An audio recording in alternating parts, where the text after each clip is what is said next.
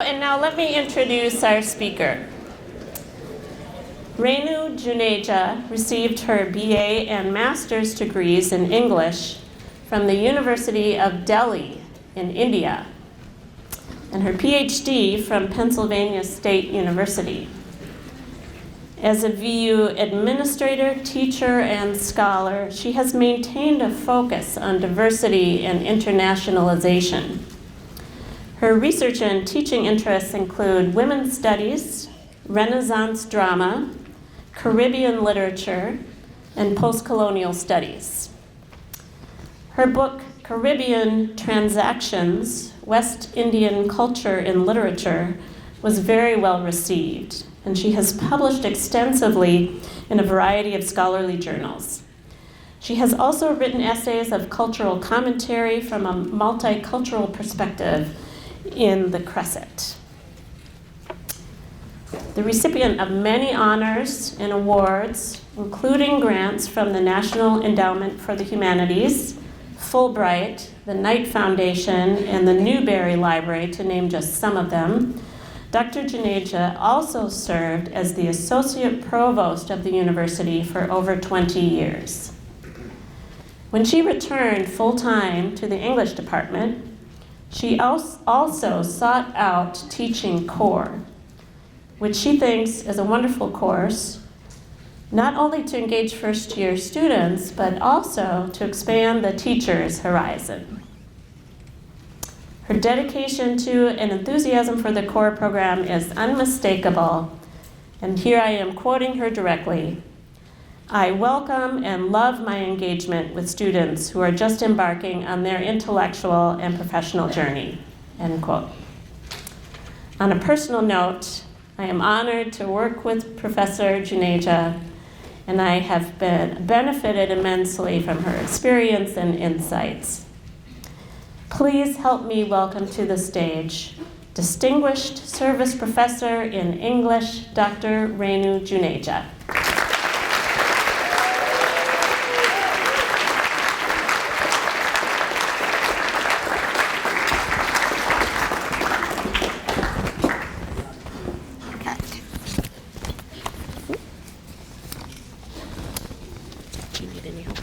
No, I think I should be able to manage. Can you hear me? Yeah. Okay, you can tell I'm old. 20 years in the provost's office, donkey's years teaching. So I'm old, but hopefully wiser for being old, right? Okay, you know what? I've never given a lecture to so many people. It's intimidating. I'm glad I listened to my mother and wore lipstick. My mother, who died at the ripe old age of 101, was a very strong, wise, and professionally competent woman, and she believed in the magic of lipstick. So, a story we can talk about later, but not right now. Okay, so my talk is called Cultivating Narrative Empathy. And by way of introduction, I want to say three things. One is that it's geared entirely to the students, okay? You're freshmen, maybe sophomore. There are lots of my wise colleagues here, and if they expect a scholarly, academic, involuted talk, that's not going to be it. Whatever I'm going to do, I want to model what I teach my students. And one of the first things I tell them, think about your audience, okay? So the lecture is pitched to you, not to your professors. Nevertheless, even though it might not be very scholarly or complicated, it is an academic talk, which means that we tend to read. So don't get disgusted. I don't have a teleprompter. I'm not doing a TED talk. I'm doing an academic lecture. I did make the PowerPoint, you will have that available, but if I read occasionally, that's the way these things go, and it's your introduction to what it means to go to an academic lecture.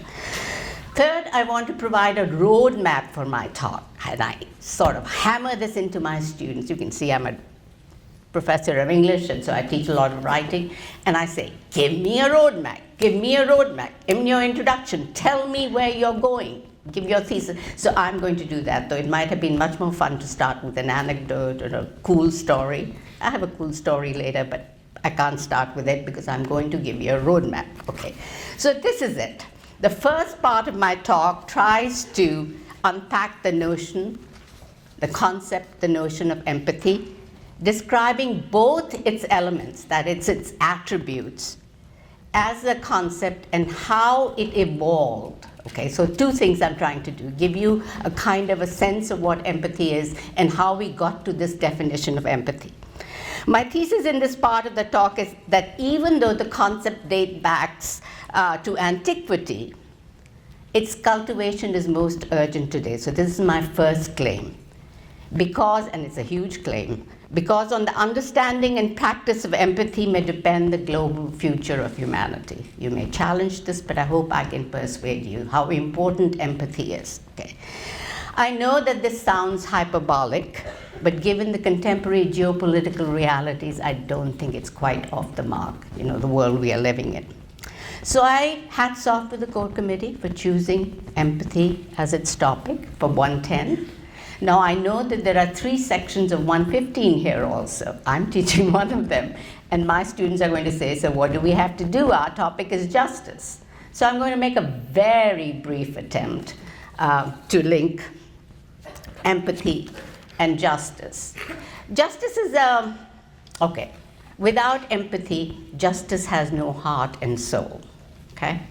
Justice is a complicated concept which needs both nearness and distance, objectivity and involvement, both empathy and the capacity to be objective, heart and mind. So this takes me to my next slide. I hope I can do it. I'm a kind of a Neanderthal as far as technology is concerned. So here you see this garden. I hope you find it amusing. There's a king, a ruler of some kind. You know, he's got a crown on him. And he says, empathy, that's for poets. So the question to the 115 sections is, should judges and rulers cultivate empathy, or is it bad for them to have empathy? I think I will say that it's good for them to have empathy, but there's a degree where they can go and they shouldn't go, but I'll get to that later. Okay. So that's the first portion of my talk. The second portion of my talk focuses on what helped me personally and professionally in acquiring empathy, and now have actually practiced it professionally. And this is all so that we can help you acquire on your professional journey, which begins now, this particular attribute which is going to be necessary, as I said, for our global future. Okay. Now, in your classes, I don't know what you've done with empathy so far. I know when I was teaching 110, we tried to achieve some form of definition. Did you do that in your courses? And then I think we spent a lot of time distinguishing between sympathy and empathy. Okay, so let's begin there. One of the ways I structure my own thoughts, and I encourage students to do that too, is to ask a question and then try and answer it. So I'll do that. Okay. So my first question is, how did we get to this notion, current notion of empathy? The question seems strange because, of course, we've always had empathy, haven't we? You know, when we were living in caves, I assumed that we had some form of empathy because we might not ever have emerged from the caves and become social groups and human beings without empathy, okay? So we've always had it. But you'll be surprised to know that the term empathy, the word didn't exist before 1909. It was coined by a psychologist just named Edward Tishner, and he was translating something from German. So I'll leave it to Professor Jennings to tell us what that concept was that he wanted to translate into English, and he coined the word empathy. Now, my thesis is that something was happening in our civilization, and I'm talking strictly about Western civilization. Something was happening in our civilization that we felt the need to coin this word. We felt the need to distinguish it from sympathy, because till then, all that we say about empathy was subsumed under the notion of sympathy. For instance, Aristotle, 5th century BC, When he talks about, he's famous for talking about, what is it? Ethos, pathos, and logos. Well, pathos, that's sympathy, okay? The ancient Greeks referred to sympathia, that was their term, which involves suffering together. Hang on to this notion, suffering together with another. And they explained it as fellow feeling. That's the key word, one of the key words today. Okay, so this is empathy, fellow feeling. You human beings connecting with each other in a special way. I actually like the term fellow feeling because, I'm an English professor. I like alliteration. Fellow feeling, memorable, worth remembering, okay? So let me unpack this term fellow feeling. First, fellow feeling assumes some degree of mutuality, right? You can't be alone by yourself and have fellow feeling. You have to have a fellow, okay? You have to connect with someone. Now, does it mean that we can feel no empathy for only people who are like us? So what about people who are very different? What about animals? I have empathy for my dog. What about aliens? What about our pulsating planet? I suggest that we can actually feel empathy for people and creatures who are different from us, but that's the need to cultivate empathy.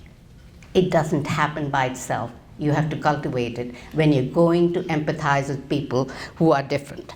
Now, second in this notion, this term together, fellow feeling, is the word feeling, right? So it denotes that empathy is not only perceptual and intellectual, it involves emotion. It means that he, she, they, whatever pronoun you want to use, if they are incapable of feeling emotion, they cannot empathize. So point 2 about empathy. Don't have to write it down. The next slide will give it to you. Third, the whole notion of fellow feeling is something good, right? Not a bad thing to feel for your fellows. So it means that it has a moral connotation, that the concept of empathy is a good thing. It's a moral thing. And fourth, that this important, and this is the most important actually, my original contribution, so those are the attributes of empathy. I think, minimal original contribution to this talk, that as I was thinking it through, the fourth important thing is that empathy involves imagination. You might have taken it for granted, but I want to emphasize it, okay? Empathy requires an act of imagination. So note the word act, it's active, and it requires imagination. Without imagination, empathy cannot exist.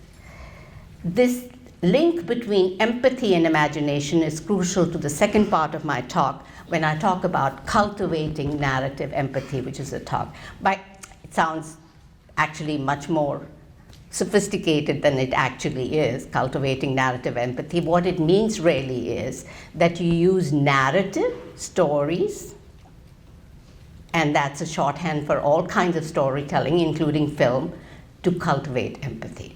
So imagination is involved in reading narratives and in the creation of narratives, and that's how I'm making a connection. That this is to cultivate empathy, you need to learn to use your imagination, practice your imagination. So this notion of imagination, even though I see it as a very important part of empathy, was actually embedded in all the earlier definitions of empathy as well. I'm only going to give you one, and this is from Adam Smith. In the Theory of Moral Sentiments, written in 1759, he describes this fellow feeling, what I've called fellow feeling, using the vocabulary of sympathy, entirely of sympathy. He includes both affective and imaginative dimension in his definition. So I'm giving it to you. Quote, changing places in fancy with the sufferer. The sufferer comes up again in the concept of sympathy, okay? So changing places in fancy. So it doesn't mean just that you understand the perspective of the other. You actually go and change places with them. You live their life. or you imaginatively live their life. And fancy, by the way, is the 18th century equivalent for what we call imagination today. Okay, so to go back to the point I made earlier, and I think I have a slide for that too, or the next thing that's going to come up. Why did this distinction arise in the 20th century? Why did we feel the need to make this distinction? Sympathy is also, after all, a form of fellow feeling, but there seemed to be a need at this point to distinguish between the fellow feeling of sympathy and fellow feeling of empathy. And the distinction between sympathy and empathy, as I see it, you may have arrived at a very valid different conclusion in your class, in your own mind. Sympathy seems to require much less of what we have identified as the crucial role of imagination. Some, yes, but not as much. In this distinction between sympathy and empathy, I think sympathy is relatively a passive act. Empathy requires much more energy. Okay, it's much more of an energetic act. And so sympathy is perhaps less, and this is another key word for me, transformative. Okay? Fellow feeling, and this is the second one, transformative. Imagination was the second one. This is okay, than sympathy. It transforms you less. And fourth, as we've seen from these definitions, Aristotle or Adam Smith, sympathy seems to involve suffering, whereas I think empathy is a far more expansive notion. It can involve sharing joy and not just suffering. Okay, so the range of emotions for empathy is far wider. Okay, so for me, and again, I have to admit that this comes out of my own personal discipline, which is literary history, literary study, literature. For me, the essential shift in meaning from sympathy to empathy comes from the greater role of imagination that we've now started giving to empathy. So the next question I ask is this: why did imagination become so more important? Okay. So again, please forgive me, other disciplines may add to this and say that in their discipline this didn't happen, but in my discipline, 19th century is the big century for imagination. Okay, suddenly imagination got to be so highly valued that it turned human beings into gods. They became semi-divine. They were able of creating, they were capable of transforming reality. And the sense of the potency of imagination as a great transformative thing that can change society for the better, we relate to 19th century. Okay, imagination, of course, had always existed. Okay, our own cultures are full of myths and stories of all kinds, and we've always valued them because they are imaginative. Okay, so it isn't that imagination didn't exist before or wasn't used before. I think what's special about this change that begins to take place is that imagination is now seen as this ultimate good thing. Okay? Earlier, even with Shakespeare, for instance, imagination could be a bit suspect. Okay? You can have an overactive imagination. I've just remembered one line from a play called A Midsummer Night's Dream. Have you heard of that play? And Theseus is the king, and at one point he says, the madman, the lover, the poet, the madman, and the lover. Somebody else can correct me if I've got this wrong. The poet, the madman, and the lover are of imagination all compact. They all have this ability to exercise imagination. Now you can sit and discover for yourself what do they have in common, what they don't. But earlier, there was a greater fear of imagination as something that could lead you to immorality. People weren't allowed to read novels because if they read novels, their imagination would lead them to immorality. Okay, so it was suspect. And the 19th century, this seems to change. So what is relevant for my thesis or my argument is that in the 19th century, not only is imagination elevated in status, it is also linked to empathy. So let me give you some of that. Next slides, as I said, they're all there. So renewed emphasis on the role of imagination in the 19th century, etc. Okay. So I'm going to give you two examples. One, my favorite poet, early part of the 19th century, and one, a novelist from the second part of the 19th century, to make home this point. I mean, I'm giving you actually quotes, so I'm trying to prove my point, okay, as we ask you to do. The poet is John Keats, a 19th century romantic poet. And he spoke of this capacity of negative capability, capital N, capital C. What he was talking about was this ability to let your ego go. You know, you become kind of negative, zero in yourself, so that you can identify with something else. So he writes, for instance, he speaks of what he's trying to say is that this doesn't need to happen only with people you like. It can happen with people you don't like. He gives two examples. He gives the example of the most superbly clever, malicious, resplendently evil character in Othello called Iago. You may have heard of him. And he gives the other extreme, the example of a beautiful, innocent, almost naive, pure young woman called Imogen in one of his last plays, Sympathy. He says, I have the capacity to be both of them, okay? With negative capability, he says, with empathy, I can identify with both of them, okay? I'm having a little bit of trouble trying to imagine identifying with Iago.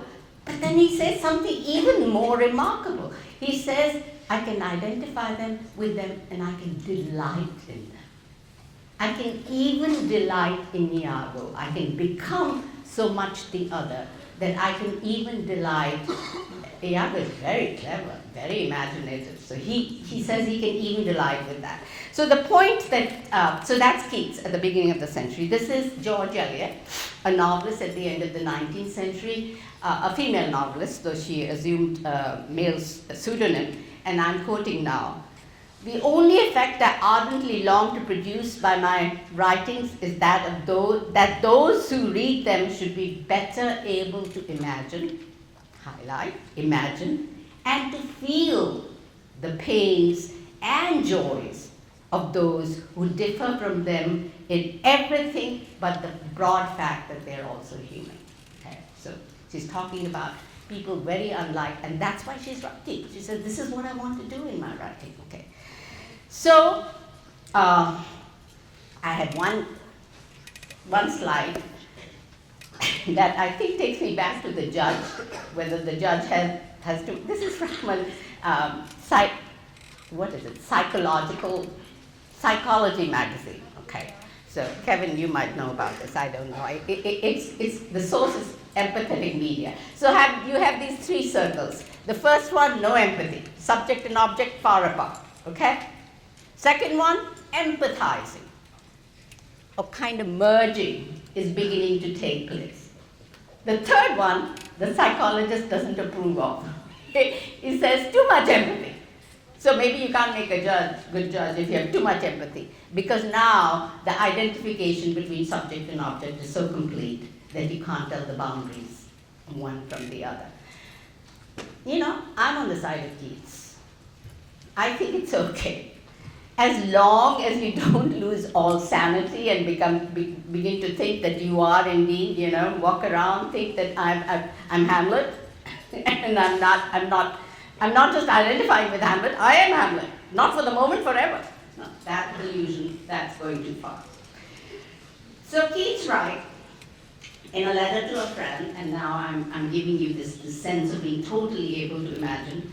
He writes in a letter, he says, quote, if a sparrow come before my window, I take part in its existence and pick upon the gravel. Wow, he's a little sparrow picking upon the gravel if the sparrow comes on the window. And he's written a very famous poem called Ode to a Nightingale, where he identifies with another bird, nightingale, okay? So he imagines as the poem proceeds that he is with the nightingale and he sees and feels through the nightingale's eyes, okay? So this is the kind of total empathy that we are talking about, but I don't think Keats will say that he will remain with the nightingale forever either. Okay. So, I'm not sure which slide I should be on, but anyway. So let me return to my earlier question. I was supposed to have, so what are the historical forces which amplified our need to focus on empathy? Why did empathy become so important? Yes, imagination led to our respect for empathy, but why the need for empathy? And I'm not a cultural historian, I'm not a cultural scholar, other than the fact that I study culture when I study literature. So I'm positing my own thesis, and if you want, you can shoot through holes through it, but I think you'll have to try hard. My two reasons that I come up with, and there may be other, are modernization and globalization. I say these are the two forces that begin at the end of 19th century that have made us into a society that greatly needs empathy. Okay, so that's another claim I make. What happened in modernization? At the end of 19th century, you all know the facts, right? Industrial revolution. Okay, so you get urbanization, you get technology, you get people moving into cities. What else have I got? Industrialization, urbanization, technological advancement, and actually Karl Marx is the one who came up with the term called alienation. You know, he's talking specifically about economic alienation, where the worker is divorced from the product he makes and the capitalist owns the product. The point is this notion of alienation, when you are not connected but separated, this becomes an aspect of modernization. Now don't get me wrong, I am actually quite a believer in modernization, okay? I'm not saying that it's a bad thing. In fact, it was the Industrial Revolution that lifted us out of poverty, right? And gave us the leisure that you and I enjoy today, common folks. Only the rich had the leisure and they did no work, and we did the work and we had no leisure. So I think modernization has brought us a lot. Individual freedom is one of those, right? Freedom from repressive tradition is one of them. And boy, as a woman, you know, I really, really appreciate the individual freedom. So but what else has it brought? It's brought us isolation. It's brought us restlessness. It's brought us anomie. Cities are exploding, right? All over the world.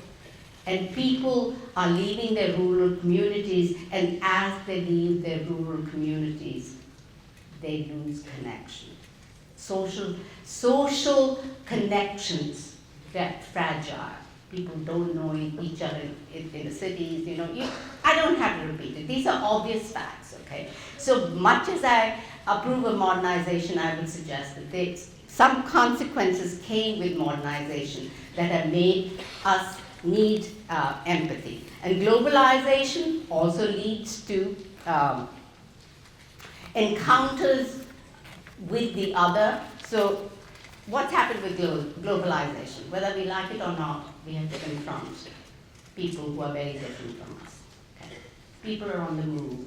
The world's on the move. Okay? It's a rare person who can stay closed in his or her tribal community and not meet what we call the other. Right?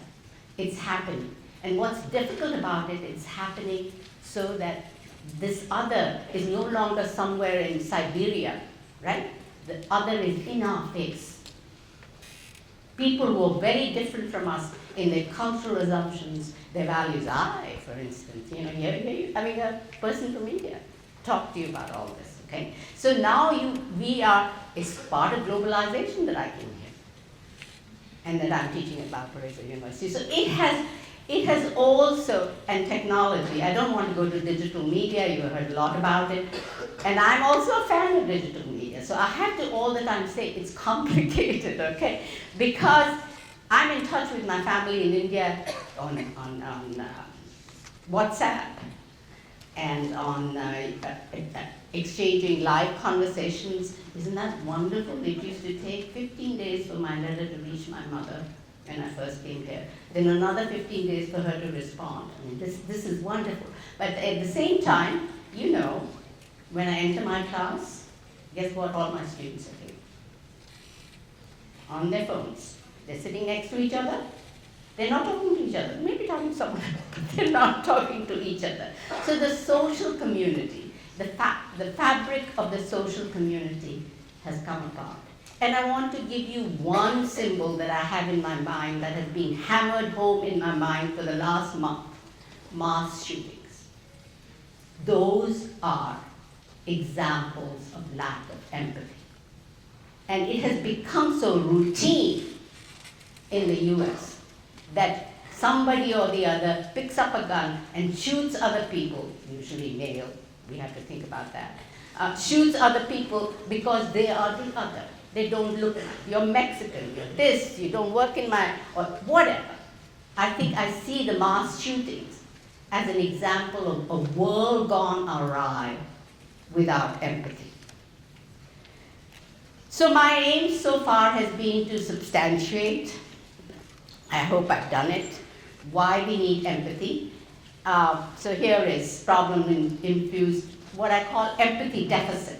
Okay? We have an empathy deficit, and these are the problems that we are living with. And you'll all be reading Anthony Kwame Appier's Cosmopolitanism still. He makes a case that in this globalized world, we need to be citizens of the world and not of our small, narrow communities. And he uses a phrase where he says, you have to learn to walk in other people's moccasins. That's his turn of the phrase. But you've heard the otherwise statement, learn to walk in other people's shoes. Okay? That's what you have to learn to do. So I'm making a claim that in terms, if we are going to raise our if we are going to retain our humanity, if we're going to cultivate ourselves as human beings, we need empathy. We need, without that, there's a great social, economic, and political cost, which we are also seeing today in our own world. And if you don't believe an English professor, believe those folks in business, right? They know what they're saying. Okay. So in the last decade, experiments in the domains of organizational studies have begun to focus on the value of empathy. Okay? According to a recent publication, this is November 1980, so pretty recent, this article states, between 1960 and 2000, an average of 26.5 Harvard Business Review articles per decade contained the word empathy. A decade later, from 2000 to 2010, the number increased to 113. And our decade, which is not even over, is already at 571 in November 80. So people in the study of organizations have begun to feel that you need empathy if the organization is going, their employees need to have empathy. If the organization is going to be flexible, if it's going to be able to maintain its health, and if it's going to serve clients effectively. If you don't, you lose money. So that's one utilitarian argument for empathy. So how do we acquire this ability? That's what my second part of my talk is, and it's a shorter part, so don't panic. Some of us are naturally empathetic, right? Some are more, some are less. But all of us need to cultivate empathy. And there will be many tools that you'll be offered. I'm only offering one that we use for you in our classes, in core classes, and that I think works. I'll give you some scientific basis for my claim. Okay? And I'm saying that if you use imaginative literature, you can learn to cultivate empathy. You can learn to cultivate your own empathy, and I can, as a professor, help you cultivate empathy. You know, reports and arguments and charts and graphs can do much, but they won't do what literature can do for you, and that is they carry an emotional force, a conviction, and an experience of reality which you don't get with, you know, political science. And who else can I blame? Besides political scientists, okay. So let me substantiate my claim for imaginative literature by describing my own journey. This is what writers do. See, isn't that a neat little diagram? The guys coming up and embracing. Okay, so let me give you my own personal journey. I was born in India before the British left India. Okay? No, I wasn't born before the British, but I was born in post-colonial India. The British left in 1947. Okay? But though they left, we still have been, in some ways, mentally colonized by some of the values of the British, some good, some bad. One aspect of this mental colonization for me was that when I wanted to study literature, do you think I went to study Hindi literature? No, I studied English literature. Okay, mental colonization is not a good thing, but I have to admit that I have conflicted feelings about this as well. Because I was mentally colonized, I learned to exercise empathy even earlier than I might have. Okay? How did this happen? So here I am, a student of English literature, and I'm reading 19th century Wordsworth's poem Daffodils. You know, he's writing about daffodils, jocund daffodils dancing all over the landscape. I'd never seen a daffodil. The climate where I grew it, in which I grew up, there were no daffodils. Okay. In fact, there was no spring. Our spring was winter. Vegetation is supposed to die in winter. We bloomed in winter. I mean, all our flower shows in Delhi take place in winter. There is no fall. So I have another favorite poem by Gerald Manley Hopkins. It's called Margaret, Are You Grieving? Over golden grove I'm leaving. Leaves like the things of man. Do you care for? Can you? Anyway, I won't recite the poem. But the point is, for me to understand Margaret's grief, what a lovely compound word Hopkins created. Golden grove unleaving. You know what unleaving is? Falling of leaves. Okay. Unleaving. Golden groves, you understand, fall colors of golden groves. So I had to imagine in my own, and there was no internet. I couldn't get pictures of other places, okay? So it was my exercise of imagination. Not just for nature, not just for vegetation, but for characters in Shakespeare and Thackeray and Dickens, whatever I had to be. So I personally learned to cultivate empathy through reading literature and experiencing the experience of people very different from me. And this is what I've tried to do even when I teach here. One of my favorite courses that I taught with my late husband was called, he taught here too, it was called African Politics and Literature. But we called it the African Experience. And I think we were right to do so because I included literature, and the literature brought the experience into it. So this is what I do very often when I teach my courses. I want to teach you about the realities of being Indian, Chinese, Caribbean, you know, I wrote about the Caribbean, that's why I raised it. About people whose experience is very different from our own, so that we learn to make this imaginatively and cultivate empathy. So now, I'm going to say that there is science to back the claim. In about a decade ago, this term, narrative empathy, became sort of important in literary criticism. People were talking about it. A scholar called Suzanne Keene wrote about it. And then some psychologists performed some experiments. The names are, this is in 2013, Evan Kidd and Emmanuel Castano. They ran 5 experiments to test whether exposure to literary fiction enhances empathy. In each of Kidd's and Castano's 5 experiments, those who had just read literary fiction before, they scored higher on the measures of empathy. Okay? Of course, I'm making a case for literature, but let me just say that this is true of almost all art forms in general. In fact, I was reading, my son is in education reform, so he sent me this little article called, from a magazine called Education/Next. And there it claimed that children who go to art museums, when they come out, they are more empathetic, and they're more tolerant. So this is my plug for the Brar Museum. Anybody here associated with the Brar Museum? Ines?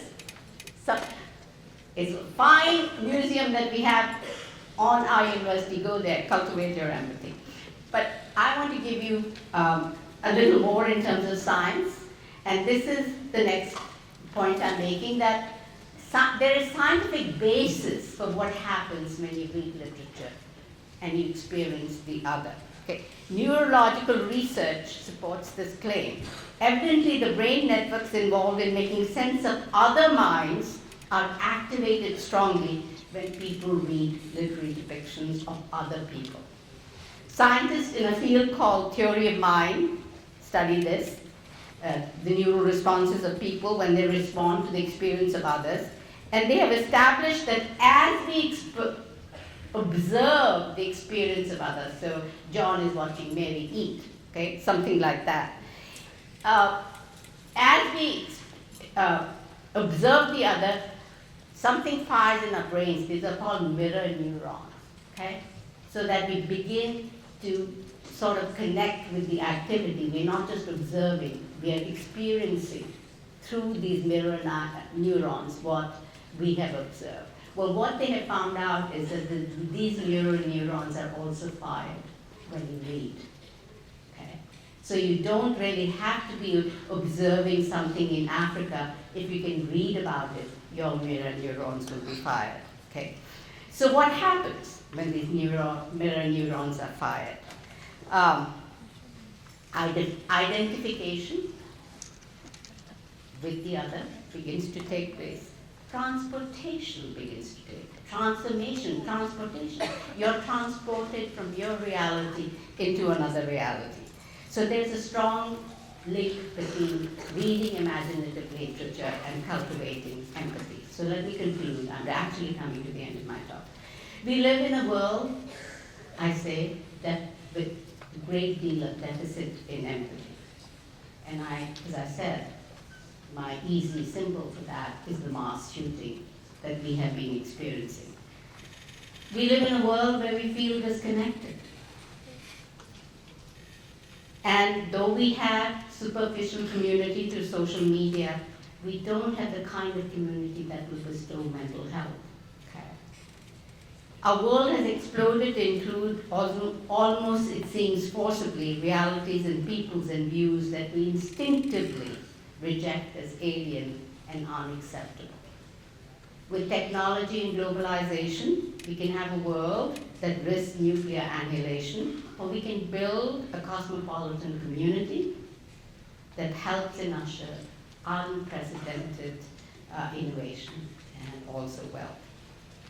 Literature is there to help us recognize the others as fellows, the word I used right at the beginning of my talk, fellows, okay? I know this is reducing literature to a utilitarian value. Those of you who are studying 115 and read Sandel will remember utilitarianism. I know it's reducing literature to a utilitarian value, but in a climate where utility so often defines value, I'm willing to defend the utility of literature in the hope that when you read, your imagination will flourish, you will experience the joy and the enhancement that comes from reading imaginative literature. Thank you. One cute, you have to see this. This is brilliant. As long as we don't have the empathy gun, I think we are going to have to rely on literature, okay? Look at this cartoon. You could have an empathy. Maybe that's what you need to go and innovate. Make us an empathy gun. Engineers here, make us an empathy gun. Thank you so much, Dr. Juneja. I'm sure that some of you have some questions or some comments or things that you'd like to raise. We have 2 microphones here at the front. I just would like to invite you to come on up and ask a question or make a comment.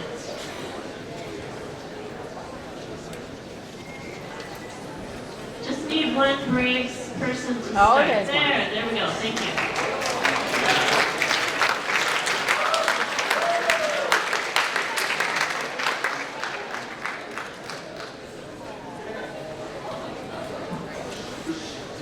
Still working?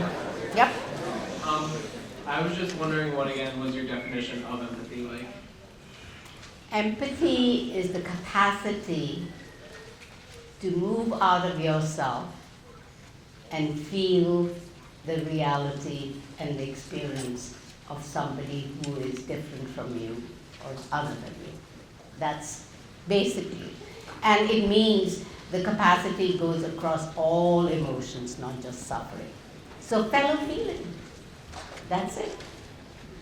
You know, brief definition, fellow feeling. For people who are different, alien, whatever. Thank you.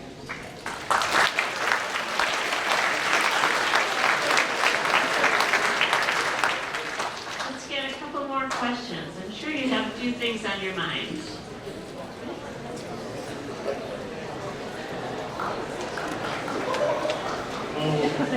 I just want to know about the story about the red lipstick. Well, it doesn't have to be red, but my mother felt that she was a professional woman, that she always wanted to look, and you know, she was born in 1915, so she grew up in a radically changing world, and she was superintendent of schools. I mean, it wasn't, but she felt she always looked more commanding and more professional when she wore lipstick, to the point that in her injunction to me, she said, when I die, you know, we people cremate, we don't bury. When I die, when my body is taken to the cremation ground, see that I'm wearing lipstick. So that's the story. That people who were born with more empathy, like Filipinos more empathy, do you think that they're genetically predisposed to empathy, or is it the environmental factor? I think it's both. I think some people may well be genetically disposed. I think Keats was, John Keats. But for most of us, it is environmental, and it is also a process of discipline, of learning. So yeah, it's a great question, You know, it's both. So I was just wondering, when you were talking about the mass shootings and the lack of empathy, did you mean the lack of empathy from the school system or from the parents themselves? I was actually only, it's worth thinking about, you know, where the dimensions of lack of empathy runs. I don't think the parents lack empathy. But I was thinking really of the shooters lacking empathy. You know, they can't put themselves in the world of those people who are going to be affected by this killing. If they had a strong imagination and the capacity for empathy, I don't think they would be able to go around. You have to shut something off in your head when you do that, don't you? And I think it's part of it is your imagination and your empathy that you have to shut off. Do you think, you tell me, you think the school systems lack empathy too? Well, I just asked because I was thinking because when you said lack of empathy, my thought on school shootings is completely different. I think it's a mixture of gun laws, you know, or the parents making sure they have their guns safe so their kids can't get. There's all kinds of things. It's all kinds of things. And I think maybe the schools are at fault too. You know, too much of this. I mean, I don't know what we become. I don't send my grandkids, now it's grandkids time, not kids time. I don't send them to the park alone. I'm scared. And so we are cutting off their world. We're not teaching them to be with others. Thank you.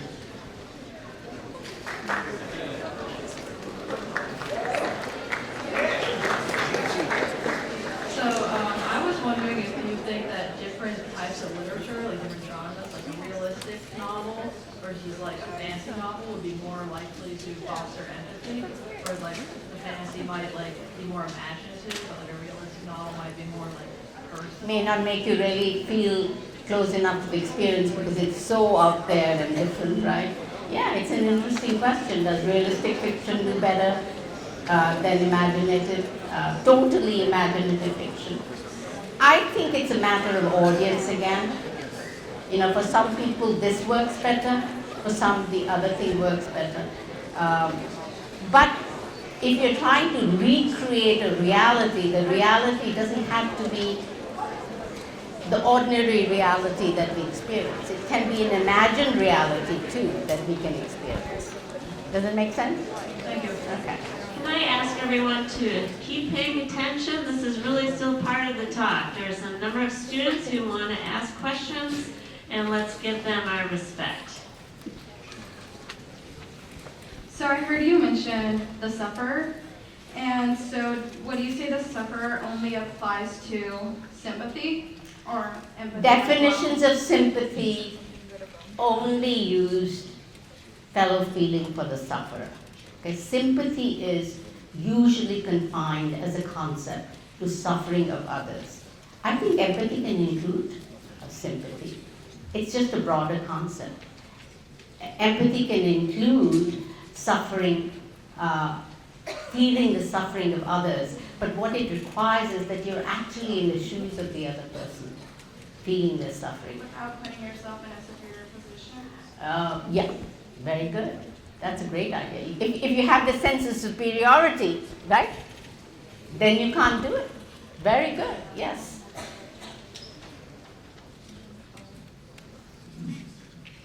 So I know that you mentioned you can have like inanimate objects like planets. Can you tell me how you can have empathy for those? For whom? Like, I remember like earlier you said that for like inanimate objects like planets or something. Oh, like the pulsating planet. Okay, was I going too far? Okay, there's a whole new field now about environmental empathy. That's where I was coming from, okay? That you have to have empathy for this planet of ours, which we are so rapidly destroying, and that the planet is alive and interconnected. So I don't, yeah, maybe the rock may not be, but the mountain is interconnected, okay? It's there because a glacier came or whatever else. So we have a deeply, profoundly, I mean, I was just so surprised to find out that there are these nitrogen bacteria at the bottom of trees, okay? How animate are they? And they're communicating with the next tree's roots in terms of what they need and what I need, and they're going through this exchange. So I really do feel that we have a pulsating, alive planet, and we may also need then empathy, environmental empathy. So that's where I was going. Okay. Thank you. Hi. Sometimes when I'm watching movies, I tend to empathize with villains more than the heroes. So do you think that's a lack of empathy or? No, you're exercising empathy. It might be, did you hear his question? It's wonderful. He said, sometimes when I'm watching movies, I tend to empathize more with the villains than with the good guys. And if he says, is this a lack of empathy? What do you think? I don't think it's lack of empathy. So what's happening? Good guys are boring, usually, isn't that it? The villains are far more complicated and interesting. So I think you're just exercising your imagination. That's what you're doing. That's great. But don't stay there. Move to empathizing with good guys also. Let's give our speaker another round of applause.